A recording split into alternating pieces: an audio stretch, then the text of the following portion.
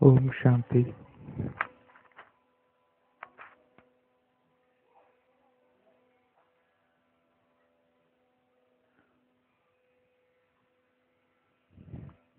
ನಾನು ನಿಮಗೆ ಹೇಳುತ್ತಿರುವ ಮಾತುಗಳು ನಿಮ್ಮ ಜೀವನದಲ್ಲಿ ತುಂಬಾ ಉಪಯೋಗವಾಗಲಿವೆ. ನನ್ನ ಹೆಸರು ಮಹೇಶ್ ಅನಂತ್ ಹುಗಾರ್.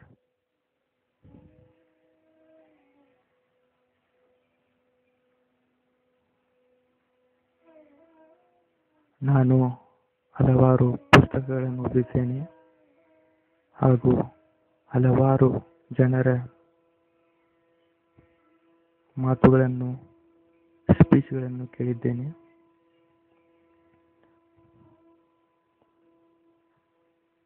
ಅವುಗಳಿಂದಾದ ಅನುಭವಗಳನ್ನು ನಾನು ಇವಾಗ ನಿಮ್ಮ ಮುಂದೆ ಹಂಚಿಕೊಳ್ಳುತ್ತೇನೆ. ಅಂತಹ ಅನುಭವದ ಮಾತುಗಳಿಂದ ನನ್ನ ಜೀವನದಲ್ಲಿ ಅನೇಕ ಬದಲಾವಣೆಗಳನ್ನು ಮಾಡಿಕೊಂಡಿದ್ದೇನೆ. ಇದರಿಂದ ನಿಮ್ಮ ಜೀವನದಲ್ಲೂ ಬದಲಾವಣೆಗಳಾಗುತ್ತವೆ ಎಂಬ ಆಶಯವು ನನಗಿದೆ. ಆದರೆ ಒಮ್ಮೆ ನೀವು ಇವುಗಳನ್ನು ಪ್ರಯತ್ನಿಸಬೇಕು.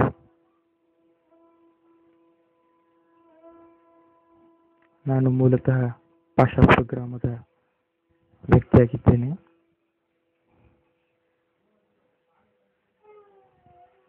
ಇವುಗಳನ್ನು ಕೇಳಿದ ನಂತರ ನಿಮಗೆ ನನಗೋಸ್ಕರ ಏನಾದರೂ ಕೊಡಬೇಕು ಅಥವಾ ಧನ್ಯವಾದಗಳನ್ನು ಅರ್ಪಿಸಬೇಕು ಎಂದು ಅನಿಸಿದರೆ ದಯವಿಟ್ಟು ಕಷ್ಟದಲ್ಲಿರುವವರಿಗೆ ಸಹಾಯವನ್ನು ಮಾಡಿ, ಹಸಿದವರಿಗೆ ಅನ್ನವನ್ನು ನೀಡಿ. ಈ ಥರ ಮಾಡುವುದರಿಂದ ನೀವು ನನಗೆ ಕೋಟಿ ಕೋಟಿ ಧನ್ಯವಾದಗಳನ್ನು ಅರ್ಪಿಸಿದ ಹಾಗೆ ಆಗುತ್ತದೆ.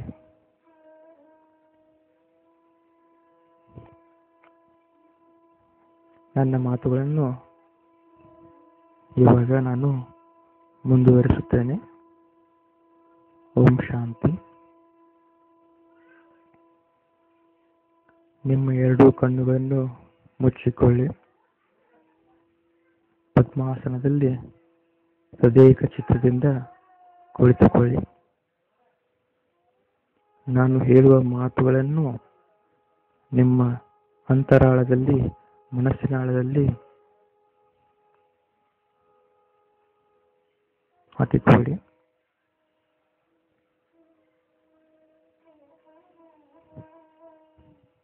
ನಾನು ಆತ್ಮ.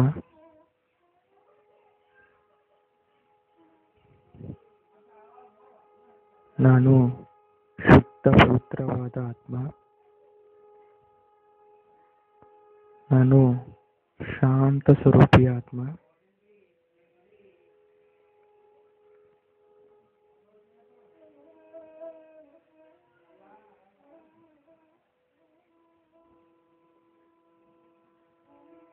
ನನ್ನಲ್ಲಿ ಶಕ್ತಿ ಇದೆ.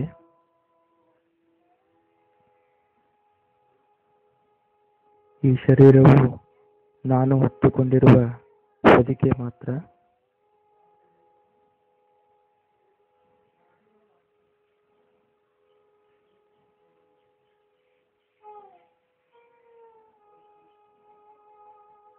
ಈ ಹೊದಿಕೆಯನ್ನು ನಿಯಂತ್ರಿಸುವುದು ಆತ್ಮ. ನಾನು ನಿಮ್ಮ ಹಣೆಯ ಮಧ್ಯಭಾಗದಲ್ಲಿ, ಅಂದರೆ ನೀವು ಕುಂಕುಮವನ್ನು ಅಥವಾ ಗಂಧವನ್ನು ಇಟ್ಟುಕೊಳ್ಳುವ ಸ್ಥಳದಲ್ಲಿ ಇರುವೆನು. ನಿಮ್ಮ ಕಣ್ಣುಗಳನ್ನು ಮುಚ್ಚಿ ಅನುಭವವನ್ನು ಮಾಡಿಕೊಳ್ಳಬಹುದು.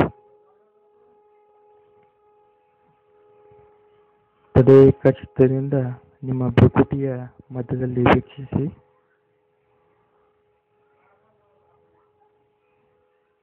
ಅಲ್ಲಿ ನಿಮಗೆ ಒಂದು ಹೊಳೆಯುವ ಜ್ಯೋತಿಯ ಅನುಭವವನ್ನು ಮಾಡಿಕೊಳ್ಳಿ.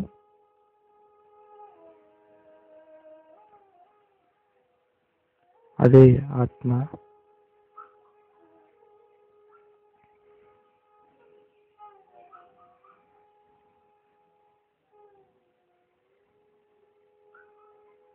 ನಾನು ಪರಮಾತ್ಮನ ಪುತ್ರನಾಗಿದ್ದೇನೆ, ಮಗನಾಗಿದ್ದೇನೆ. ಪರಮಾತ್ಮನು ನನ್ನ ತಂದೆಯಾಗಿದ್ದಾನೆ. ನಾನು ಪರಮಾತ್ಮನ ಪುತ್ರನಾಗಿ ಈ ಭೂಮಿಯಲ್ಲಿ ಹೇಗೆ ಇರಬೇಕು?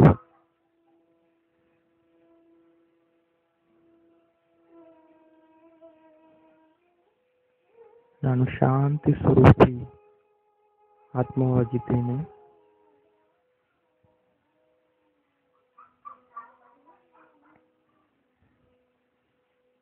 ಇವತ್ತು ನಾನು ನನ್ನ ಮನಸ್ಸಿನಲ್ಲಿ ನಿರ್ಧರಿಸಿಕೊಳ್ಳುತ್ತೇನೆ,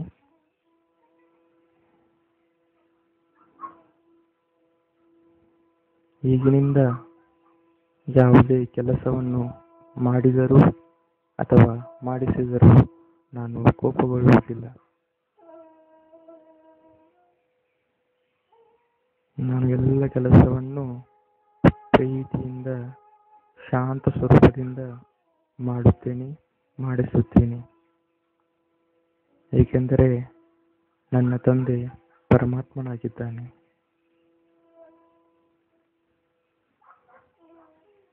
ಪರಮಾತ್ಮನ ಗುಣಗಳು ನನ್ನಲ್ಲಿ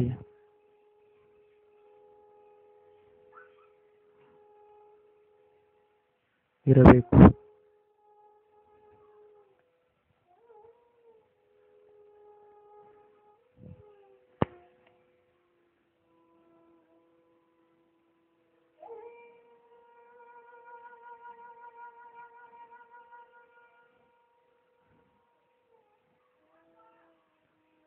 ನನಗೆ ದಿನವಿಡೀ ಹಲವಾರು ಕೆಲಸಗಳಿವೆ. ಹಲವಾರು ಕೆಲಸಗಳನ್ನು ಮಾಡಬೇಕು, ಕಾಯಕವನ್ನು ಮಾಡಬೇಕು, ಕಾಯಕವನ್ನು ಮಾಡಿಸಬೇಕು, ಹಲವಾರು ಜನರೊಂದಿಗೆ ಬೆರೆಯಬೇಕು. ಇಂತಹ ಪರಿಸ್ಥಿತಿಯಲ್ಲಿ ನನ್ನ ಮನಸ್ಸಿನಲ್ಲಿ ಏರಿಳಿತಗಳಾಗುತ್ತಿವೆ.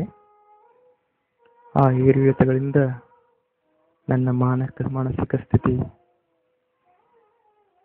ಇಳಿಮುಖವನ್ನು ತಲುಪುತ್ತಿದೆ. ನನಗೆ ನನ್ನ ಮನಸ್ಸಿಗೆ ತುಂಬಾ ನೋವು ಉಂಟಾಗುತ್ತದೆ. ಆ ನೋವುಗಳನ್ನು ಮರೆಯಲು ನಾನು ಇಂದಿನಿಂದ ಶಾಂತಿಯ ಮಂತ್ರದ ಪ್ರಯೋಗವನ್ನು ಮಾಡುತ್ತೇನೆ. ಶಾಂತಿಯ ಮಂತ್ರದಿಂದ ನನಗೆ ನನ್ನ ಮನಸ್ಸಿಗೆ ನೆಮ್ಮದಿಯು ಸಿಗುತ್ತದೆ.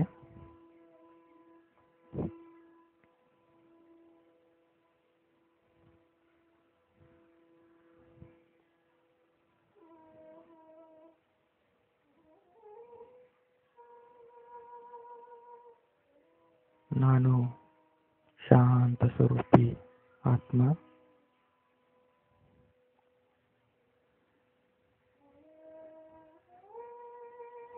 ನನ್ನ ಮನಸ್ಸಿನಲ್ಲಿ ಹಲವಾರು ವಿಷಯಗಳನ್ನು ಹಿಡಿದಿಟ್ಟುಕೊಂಡಿರುವೆನು. ದುಡ್ಡಿನ ವಿಷಯ, ಪ್ರೀತಿಯ ವಿಷಯ, ಹೀಗೆ ಹಲವಾರು ವಿಷಯಗಳನ್ನು ನನ್ನ ಮನಸ್ಸಿನಲ್ಲಿ ಇಟ್ಟುಕೊಂಡು ನನಗೆ ನಾನೇ ನೋವು ಮಾಡಿಕೊಳ್ಳುತ್ತಿದ್ದೇನೆ. ಅಂತಹ ವಿಷಯಗಳನ್ನು ನಾನು ಇವಾಗ ಬಿಟ್ಟು ಬಿಡುತ್ತೇನೆ. ನನ್ನ ಮೆಮರಿಯಿಂದ ಡಿಲೀಟ್ ಮಾಡಿಬಿಡುತ್ತೇನೆ.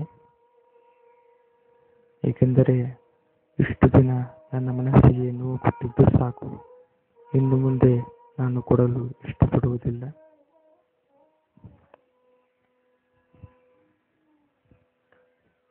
ನಾನು ಈರ್ಷೆ, ಅಸೂಯೆ, ಭ್ರಷ್ಟಾಚಾರ, ಕೆಟ್ಟ ವಿಚಾರ, ಇನ್ನೊಬ್ಬರಿಗೆ ಕೆಟ್ಟದ್ದನ್ನು ಬಯಸುವುದು, ಹೊಟ್ಟೆ ಕಿಚ್ಚು, ಜಲಸಿ ಮುಂತಾದವುಗಳನ್ನು ನಾನು ಇವಾಗಿನಿಂದ ಬಿಟ್ಟು ಬಿಡುತ್ತೇನೆ. ಏಕೆಂದರೆ ನಾನು ಪರಮಾತ್ಮನ ಪ್ರೀತಿಯ ಪುತ್ರನಾಗಿದ್ದೇನೆ. ಪರಮಾತ್ಮನ ದಾರಿಯನ್ನು ನಾನು ಅನುಸರಿಸುತ್ತೇನೆ.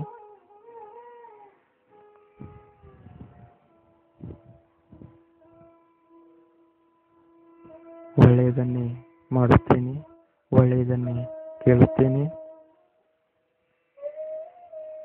ಒಳ್ಳೆಯದನ್ನೇ ಮಾತನಾಡುತ್ತೇನೆ ಎಂದು ನನ್ನಲ್ಲಿ ನಾನು ದೃಢ ಸಂಕಲ್ಪ ಮಾಡಿಕೊಂಡಿರುವೆನು.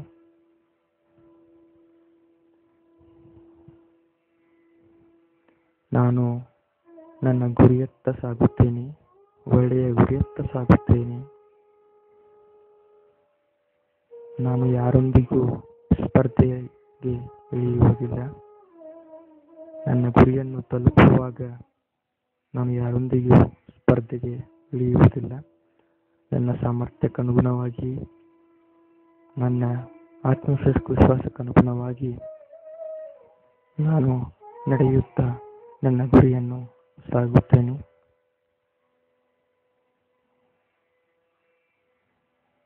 ನಾನು ದಿನವೂ 10 ರಿಂದ 15 ನಿಮಿಷಗಳವರೆಗೆ ಕಣ್ಣುಗಳನ್ನು ಮುಚ್ಚಿಕೊಂಡು ಪರಮಾತ್ಮನ ಧ್ಯಾನವನ್ನು ಮಾಡುತ್ತೇನೆ.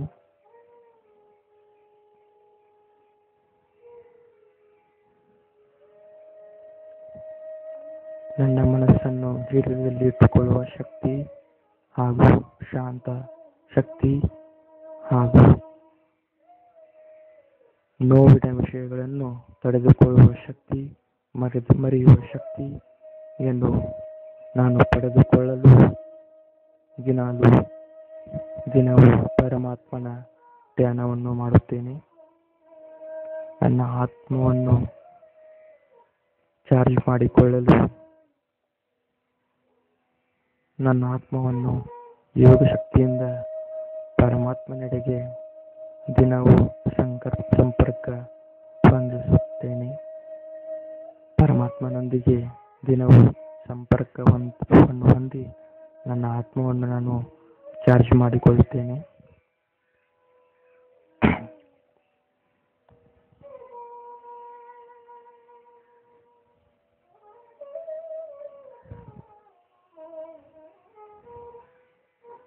ಎಲ್ಲರೂ ಆತ್ಮಗಳೇ, ಎಲ್ಲರೂ ಪರಮಾತ್ಮನ ಮಕ್ಕಳೇ. ಎಲ್ಲ ಮಕ್ಕಳು ನಮ್ಮ ಅಣ್ಣ ತಮ್ಮಂದಿರಂತೆ.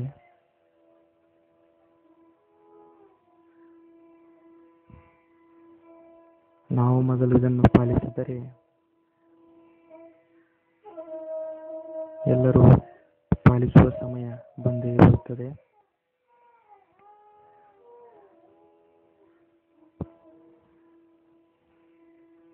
ನಾನು ಮಾಡುವ ಕೆಟ್ಟ ವಿಚಾರಗಳು,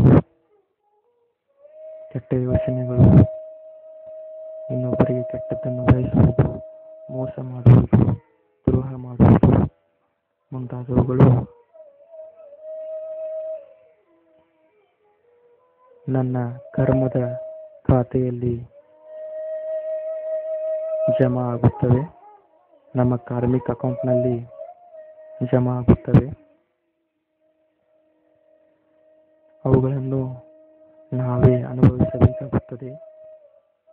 ಆದ ಕಾರಣ ಈ ದುಸ್ಸಂಗತಿಗಳನ್ನು ಬಿಟ್ಟು ಪರಮಾತ್ಮನ ಸನ್ಮಾರ್ಗವನ್ನು ಹಿಡಿದರೆ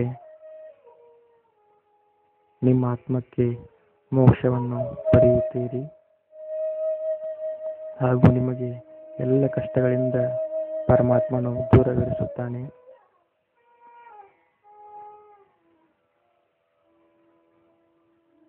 ನೀವು ಒಬ್ಬರ ಮೇಲೆ ಇಟ್ಟುಕೊಳ್ಳುವ ಶೇಡು ನೀವು ಅನ್ನುತ್ತಿರಬಹುದಲ್ವಾ, ನಾನು ಈ ಮಾತನ್ನು ಸಾಯುವ ತನಕ ಮರೆಯುವುದಿಲ್ಲ, ಇದಕ್ಕೆ ನಾನು ಪ್ರತಿಕಾರ ತೀರಿಸಿಕೊಳ್ಳುತ್ತೇನೆ. ಪ್ರತಿಕಾರ ತೀರಿಸಿಕೊಳ್ಳಲು ನೀವು ಯಾರು ಕರ್ಮವನ್ನು ಮಾಡುತ್ತಾರೋ, ಯಾರು ಪಾಪವನ್ನು ಮಾಡುತ್ತಾರೋ ಅವರ ಕರ್ಮವನ್ನು ಅವರು ಅನುಭವಿಸುತ್ತಾರೆ. ಅದಕ್ಕೆ ಶಿಕ್ಷೆ ಕೊಡುವ ಹಕ್ಕು ನಿಮಗಿಲ್ಲ. ಅದೇನೇ ಇದ್ದರೂ ಪರಮಾತ್ಮನಿಗೆ ಮೀಸಲು. ಅಕಸ್ಮಾತ್ ನೀವೇನಾದರೂ ಅವರು ಮಾಡಿದ ಪಾಪಕ್ಕೆ ನೀವು ಶಿಕ್ಷೆಯನ್ನು ನೀಡಿದರೆ ನೀವು ಕರ್ಮ ಮಾಡಿದಂತೆ ಆಗುತ್ತದೆ. ಇದರಿಂದ ನಿಮ್ಮ ಕರ್ಮದ ಖಾತೆಯು ಕೂಡ ದೊಡ್ಡದಾಗುತ್ತದೆ. ಇದನ್ನು ಕೂಡ ನೀವು ಅನುಭವಿಸಬೇಕಾಗುತ್ತದೆ. ಸಮಯ ತುಂಬಾ ಕಡಿಮೆ ಇದೆ. ಆದ್ದರಿಂದ ನೀವು ಪರಮಾತ್ಮನ ಧ್ಯಾನವನ್ನು ಮಾಡಿಕೊಂಡು ಸನ್ಮಾರ್ಗದಲ್ಲಿ ನಡೆದರೆ ನಿಮಗೆ ಒಳಿತಾಗುತ್ತದೆ ಎಂದು ನಾನು ಹೇಳಲು ಇಷ್ಟಪಡುತ್ತೇನೆ. ನನ್ನ ಮಾತುಗಳನ್ನು ಒಮ್ಮೆ ಒಂದು ದಿನ ಪ್ರಯತ್ನಿಸಿ ನೋಡಿ, ಮಾಡಿ ನೋಡಿ. ನಿಮಗೆ ಇದರಿಂದ ಸಿಗುವ ಖುಷಿಯ ನಿಜವಾದ ಆತ್ಮಾನಂದದ ಅನುಭವವು ನಿಮಗೆ ಆಗುತ್ತದೆ ಎಂದು ನಾನು ಹೇಳಲು ಇಷ್ಟಪಡುತ್ತೇನೆ.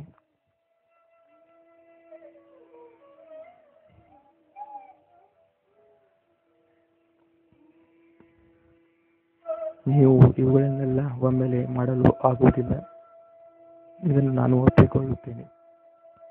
ನೀವು ಹಂತ ಹಂತವಾಗಿ ಇವುಗಳನ್ನು ಮಾಡುತ್ತಾ ಹೋದರೆ ಒಂದು ದಿನ ನೀವು ಕೂಡ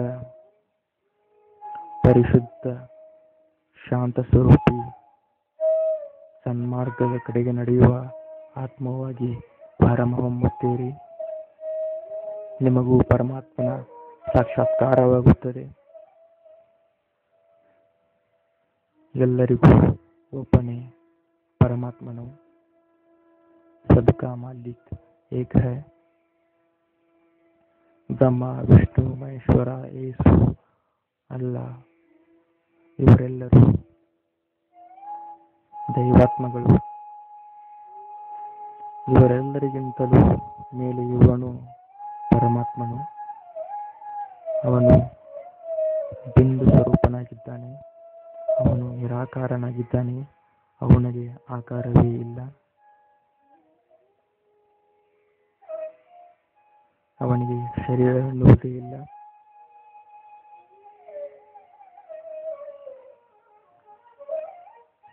ಅವನಿಗೆ ಎಲ್ಲ ಮಕ್ಕಳು ಅಷ್ಟೇ. ಯಾರೂ ಮೇಲು ಕೀಳು ಎನ್ನುವರಿಲ್ಲ.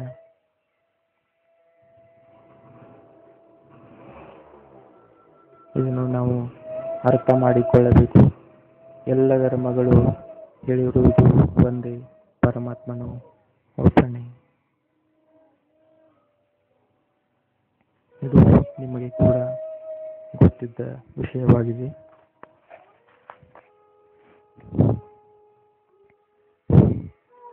ಇದು ಆಧ್ಯಾತ್ಮದ ಬಗ್ಗೆ ನಾನು ನಿಮ್ಮ ಜೊತೆಗೆ ಶೇರ್ ಮಾಡಿಕೊಂಡಿರುವ ವಿಷಯಗಳಾಗಿವೆ.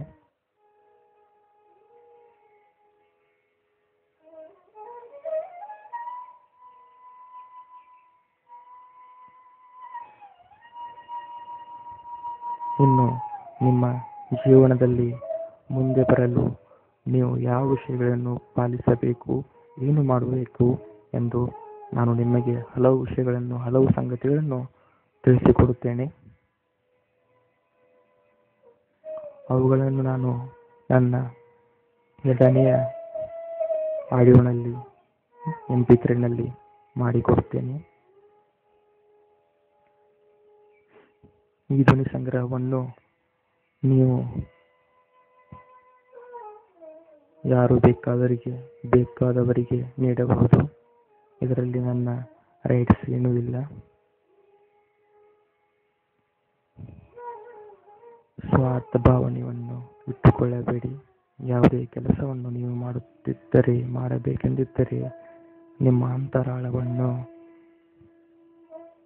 ಕೇಳಿ, ನಿಮ್ಮ ಹೃದಯವನ್ನು ಕೇಳಿ, ಅದರಿಂದ ಬರುವ ಮಾತುಗಳನ್ನು ಕೇಳಿ. ನೀವು ಯಾವುದನ್ನು ಪ್ರೀತಿಸುತ್ತೀರೋ, ಯಾವ ಕೆಲಸವನ್ನು ಪ್ರೀತಿಸುತ್ತೀರೋ ಅದನ್ನೇ ಮಾಡಿ. ಅದನ್ನು ಮಾಡುವುದರಿಂದ ನಿಮಗೆ ಯಶಸ್ಸು ಕಟ್ಟಿಟ್ಟ ಬುತ್ತಿ.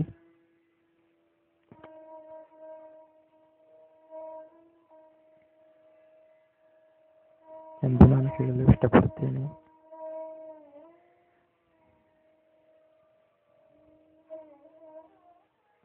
ಓಂ ಶಾಂತಿ. ಎಲ್ಲರಿಗೂ ಒಳ್ಳೆಯದಾಗಲಿ ಎಂದು ಬಯಸಿ ನಾನು ಬಯಸುವುದು ಅದನ್ನೇ. ನೀವು ಯಾವ ಕೆಲಸವನ್ನು ನಿಮ್ಮ ಸ್ವಾರ್ಥಕ್ಕೆ, ಅಂದರೆ ದುಡ್ಡಿಗೆ, ಕೀರ್ತಿಗೆ, ಹಣಕ್ಕೆ ಮುಂತಾದ ಗಳಿಗೋಸ್ಕರ ಮಾಡುತ್ತೀರೋ ಅಂಥ ಕೆಲಸಗಳಲ್ಲಿ ನೀವು ಯಶಸ್ಸನ್ನು ಕಾಣುವುದಿಲ್ಲ. ಅಕಸ್ಮಾತ್ ನೀವು ದುಡ್ಡನ್ನು ಮಾಡಿದರೂ ಸಹ ನಿಮಗೆ ನೆಮ್ಮದಿ ಎನ್ನುವುದು ಇರುವುದಿಲ್ಲ ಎಂದು ನಾನು ಹೇಳಲು ಇಷ್ಟಪಡುತ್ತೇನೆ. ಇಲ್ಲಿಗೆ ನನ್ನ ಮಾತುಗಳನ್ನು ಮುಕ್ತಾಯಗೊಳಿಸುತ್ತೇನೆ. ಓಂ ಶಾಂತಿ. ಓಂ ಶಾಂತಿ. ಶಾಂತ ಸ್ವರೂಪರಾಗಿರಿ. ಧನ್ಯವಾದ.